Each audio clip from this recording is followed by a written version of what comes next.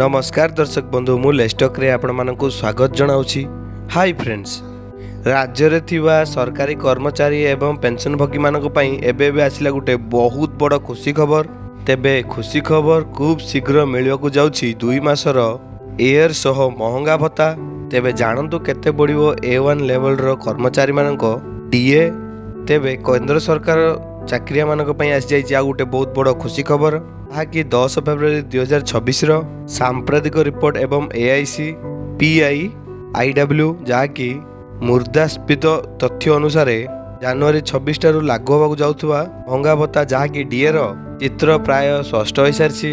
सरकार मार्च किंबा होली पूर्व डीए वृद्धि घोषणा करि पारंती। यदि एभली हुए तेबे आपण मानकु मार्च शेष सुधा दरमारे डीए सह एरियर मध्य मिलिबो। तेबे आमे माने जदि कहबा केते परसेंट डीए वृद्धि होबो, तेबे 2025 अनुसार डीए 2% वृद्धि पाइबा निश्चित भाव में धरा जाइछि। वर्तमान डीए 58% रहितिबा बेले 2% रो वृद्धि पर 60% हबो।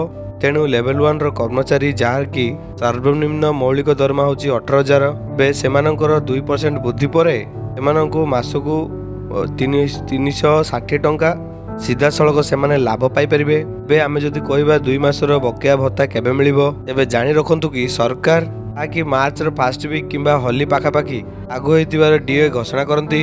जेहेतु कि नूतन डीए जनवरी 1 रु लागू हेबो, ताकि कहयाकु गले एपर्यंत होई नाही। तेबे लेबर मानकर कर्मचारी मानकर दरमा एपर्यंत 18,000 टंका जहाँकि 2 मासर बकेया कहयाकु गले 720 टंका हबो। तेबे जहाँ भी ए विषय अपडेट आसियो सर्वप्रथम आमे आपण मानकु जणाई देबु।